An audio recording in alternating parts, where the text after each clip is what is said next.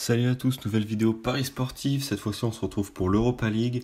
Petit bilan sur cette dernière journée de Champions League avec les 4 pronos que j'avais donnés. On a finalement fait un 50% avec le PSG qui ne s'impose pas. Match très compliqué pour Paris qui n'est pas passé loin de la défaite. Finalement, ils sont parvenus à égaliser en toute fin de match pour se sauver et avoir un match nul. L'autre prono que j'avais donné, c'est l'Inter de Milan marque au moins un but sur le terrain de Barcelone. L'Inter de Milan a eu beaucoup de mal, malgré une dizaine d'occasions, seulement 3 de cadrés. Ils n'ont pas du tout été efficaces devant le but, et comme quoi finalement, Barcelone m'a fait mentir, même sans Messi, avec une défense qui prenait l'eau depuis le début de la saison. Là, ils ont réalisé un très très bon match, que ce soit offensivement, collectivement ou défensivement. Pas trop d'occasions dangereuses de concéder, l'Inter obligé de tenter des tirs un peu hasardeux, d'où leur peu de précision de tirs cadrés, 65% pourcentage de possession de balle pour Barcelone, et une vingtaine d'occasions de but, dont 50% de cadrés pour Barcelone, qui a fait vraiment un bon match et qui mérite sa victoire 2-0.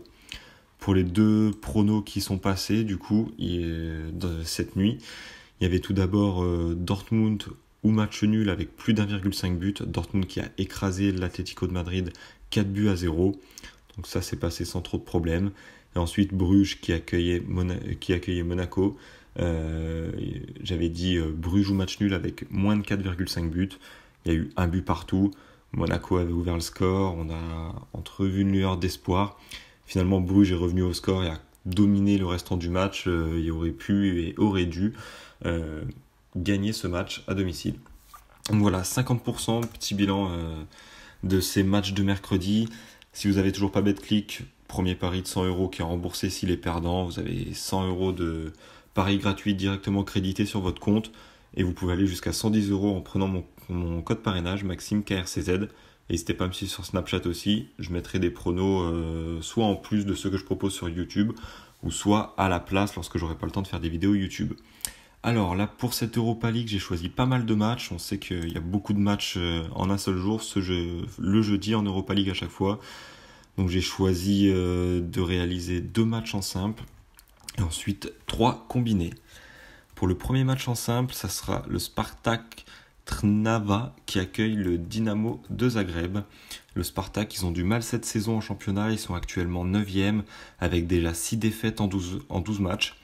En Europe, ils ont créé la surprise en tout début d'Europa League en battant Anderlecht à domicile 1-0. Et ensuite, ils se sont logiquement inclinés sur la pelouse de Fenerbahçe 2-0. Le Dynamo, de leur côté, ils sont leaders de ce groupe avec 6 points. Après avoir écrasé Fenerbahçe à domicile 4-1, ils sont allés battre tranquillement Anderlecht à l'extérieur 2-0. En championnat, ils laissent absolument rien passer. Ils sont actuellement premiers du championnat avec 8 victoires et 3 matchs nuls. Donc pour le moment, ils sont toujours invaincus, toutes compétitions confondues cette saison. Je vois mal Zagreb passer à côté de l'occasion de créer un écart important dans cette poule avec ses poursuivants et quasiment assurer leur qualification. Donc moi je vais choisir de jouer victoire du Dynamo de Zagreb, coté à 1,7 environ, avec une bonne confiance là-dessus. Deuxième rencontre sur laquelle j'ai choisi de parier, c'est le Sporting qui accueille Arsenal. Match très important entre les deux leaders de cette poule. Chacune de ces deux équipes a déjà 6 points d'engrangés. Le Sporting, ils ont réalisé un très bon début de saison, européenne en tout cas, avec une victoire 2-0 contre Karabag avant de s'imposer à Vorskla 2-1. En championnat, c'est un peu moins bien, il y a beaucoup plus d'inconstance, avec 4 victoires, 1 nul et 2 défaites pour une 5e place pour le moment en Liga NOS. Cependant, ils réalisent de bonnes prestations à domicile et ils restent sur 5 victoires consécutives, toutes compétitions confondues, sur leur pelouse. Arsenal, de leur côté, ils sont en feu, ils viennent d'enchaîner 10 victoires consécutives, toutes compétitions confondues. Et en Champions League, ils ont été très bons en s'imposant d'abord à domicile 4-2 contre Vorskla, avant d'aller battre Karabag à l'extérieur 3-0. Donc pour moi, Arsenal, ils sont vraiment très impressionnants. Collectivement, on voit qu'il y a vraiment quelque chose qui a été mis en place, qui fonctionne. Ça marque à tous les matchs, c'est efficace à tous les matchs, ça joue bien ensemble à tous les matchs. Il y a vraiment une constance depuis plusieurs semaines pour Arsenal. Et sur le papier, les individualités sont au-dessus pour les joueurs d'Arsenal par rapport aux joueurs du Sporting. Donc attention quand même au Sporting à domicile qui peut potentiellement résister. même si l'occasion pour moi est trop belle pour la qualification et la première place pour Arsenal qui ne devrait pas passer à côté. Donc pour se mettre un peu à l'abri, je vais mettre Arsenal ne perd pas et plus de 1,5 buts dans le match. Je pense que ça va être un match avec des buts, vu l'attaque d'Arsenal en ce moment qui est en feu avec Aubameyang, Lacazette, Ozil qui est énorme aussi. Je pense qu'on va avoir des buts avec une équipe du Sporting qui va notamment essayer de réaliser une belle prestation à domicile avant le match retour dans quelques semaines à Arsenal. Donc pour moi, c'est un pari qui est largement faisable et j'ai une bonne confiance là-dessus. Ensuite, on va commencer avec les 3 combinés. Premier combiné, tout d'abord, les Rangers qui accueillent le Spartak Moscou. Après un début de saison un peu moyen, les Rangers ils sont sur une très belle forme en ce moment. Ils sont remontés à la 5e place de leur championnat en Écosse. Et en effet, ils restent sur 6 victoires, 1 nul et 1 défaite sur leurs 8 derniers matchs. La seule défaite étant à l'extérieur, 1-0, et le nul également à l'extérieur face à Villarreal, 2 buts partout pour leur premier match d'Europa League. Ensuite, il s'est imposé 3-1 à domicile contre Vienne. Pour Moscou, un seul petit point pour le moment, ils sont derniers de leur poule et ils se déplacent chez un leader de cette poule qui est en grande forme, comme je viens de vous le montrer. Et la forme des Russes est complètement inverse puisqu'ils ont remporté seulement 2 de leurs 9 derniers matchs pour 3 nuls et 4 défaites. Donc match qui est évidemment à l'avantage des Rangers qui peuvent faire une très belle option sur la qualification et la première place avec une victoire. En plus de ça, ils restent sur 12 victoires et 1 nul sur leurs 13 derniers matchs à domicile. Donc c'est vraiment une équipe qui est costaud sur leur terre, poussée par leurs supporters. Je les vois vraiment prendre le dessus de cette équipe russe en manque de confiance pour se mettre un peu à l'abri, la double chance, les Rangers ou nuls, côté à 1,37 à peu près. Et ça, je vais le combiner avec Francfort qui accueille l'Apollon Limassol. Francfort, ils sont leaders de leur groupe avec 6 points en 2 matchs. Après une belle victoire 2-1 au Vélodrome après avoir été menés 1-0, ils ont écrasé la Lazio devant leurs supporters 4-1. Actuellement, ils restent sur 4 victoires consécutives, dont un impressionnant 7-1 à domicile ce week-end contre Düsseldorf. Apollon de leur côté, ils sont derniers de leur poule à égalité de points avec l'OM. D'abord battus à la Lazio 2-1, ils ont pris un bon point à domicile contre Marseille, 2 buts partout après avoir été menés 2-0. Autre élément important, l'Apollon se déplace très très mal. Sur leurs 9 derniers déplacements, hors matchs amicaux, ils se sont inclinés 7 fois sur les 9 matchs.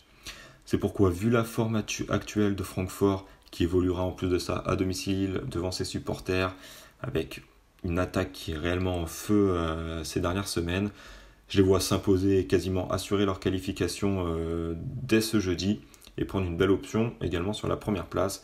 Victoire de Francfort en sèche, 1,42, ce qui nous fait un combiné à 1,94 à peu près, avec une bonne confiance là-dessus. Deuxième combiné, le Zénith qui accueille les Girondins de Bordeaux. Le Zénith qui est une équipe qui est en forme dans ce début de saison, premier de leur championnat russe avec 8 victoires, 1 nul et 2 défaites. Et dans cette Europa League, ils sont actuellement deuxième du groupe à égalité de points avec Copenhague. Ils ont tous les deux 4 points.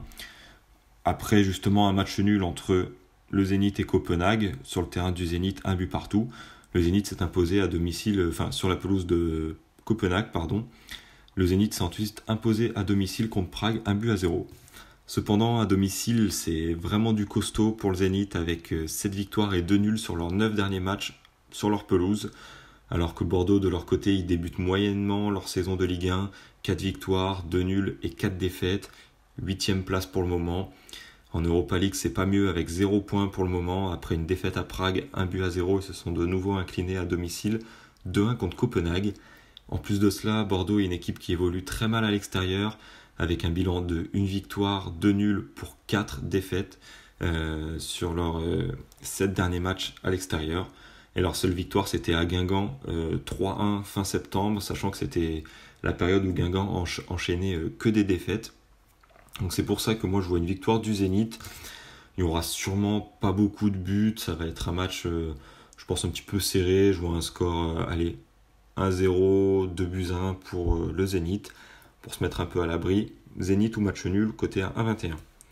Avec ça, on a PAOK qui accueille Vidéoton, donc Vidi, sur la plupart des bookmakers, c'est noté Vidi.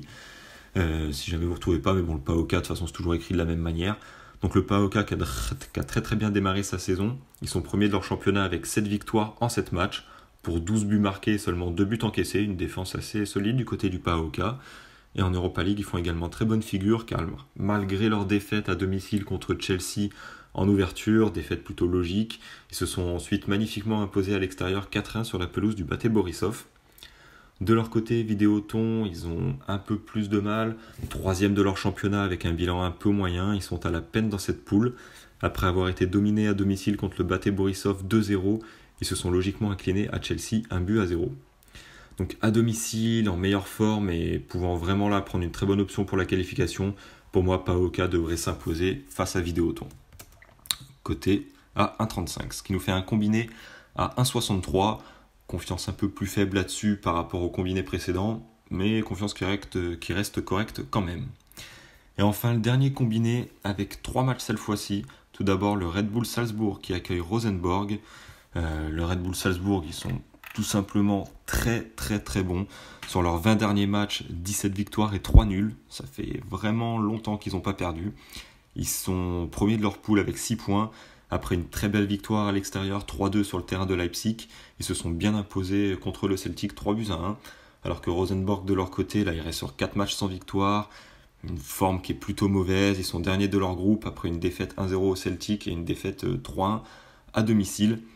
Donc ça va être pour moi très favorable pour Salzbourg qui, à mon avis, est largement au-dessus de Rosenborg et devrait largement s'imposer avec au moins 2 buts d'écart, je pense. Donc moi, je vais la jouer juste classique, victoire de Salzbourg sèche, côté à 1,17. Avec ça, Chelsea qui accueille le Bate Borisov. Bon, le Bate Borisov en forme très moyenne. Chelsea, ils sont bons, même si on a vu là, ils ont concédé quelques points en Angleterre ces dernières semaines, mais face à de grosses équipes aussi, notamment face à Manchester United. Donc pour moi, Chelsea est largement au-dessus. Ils devraient s'imposer sans trop de problèmes. Ça leur ferait 9 points en 3 matchs et une qualification quasiment assurée pour les 8e de finale, pour les 16e de finale de l'Europa League.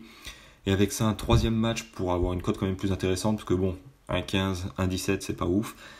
Copenhague qui accueille le Slavia de Prague. Copenhague, ils ont bien débuté leur campagne européenne en étant premier de leur groupe avec 4 points à égalité avec le Zénith. Donc après avoir été tenus en échec à domicile par le Zénith, 1 but partout malgré une bonne domination, ils se sont ensuite imposés à Bordeaux 2-1. En championnat, la saison elle se passe très bien pour eux, ils sont actuellement premiers ex-aequo, alors que Prague de son côté, bien qu'ils soient leaders de leur championnat, ils ont un peu plus de difficultés en Europe. Après une petite victoire contre Bordeaux chez eux, 1-0, et se sont inclinés sur la pelouse du Zénith, 1-0. En plus de cela, Copenhague c'est une équipe qui est extrêmement difficile à battre sur ses terres. Ils restent actuellement sur leurs 10 derniers matchs à domicile sur 8 victoires et 2 matchs nuls. C'est pourquoi je vois mal Copenhague laisser filer des points. Une victoire les rapprocherait très fortement d'une qualification.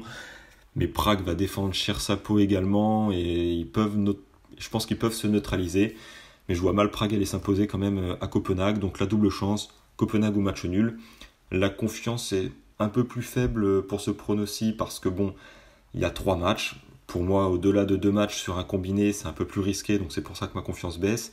Après, les 2 premières équipes que j'ai mis, les cotes sont assez basses, j'ai d'assez grosse confiance dessus. Même si Chelsea me fait un peu peur parce que on sent qu'ils ne jouent pas vraiment sérieusement à fond cette Europa League. On a vu les énormes dominations qu'ils ont eues lors de leurs 2 premiers matchs, pour seulement des victoires d'1-0 à chaque fois. Mais bon, c'est quand même un combiné que je sens plutôt bien et c'est pourquoi je le propose également. Ce sera tout pour les matchs d'Europa League. Désolé pour cette vidéo qui va être un petit peu longue au vu du nombre assez important de pronos que j'ai proposés. Je vous souhaite une bonne Europa League à tous et on se retrouve ce week-end pour d'autres pronostics. Ciao.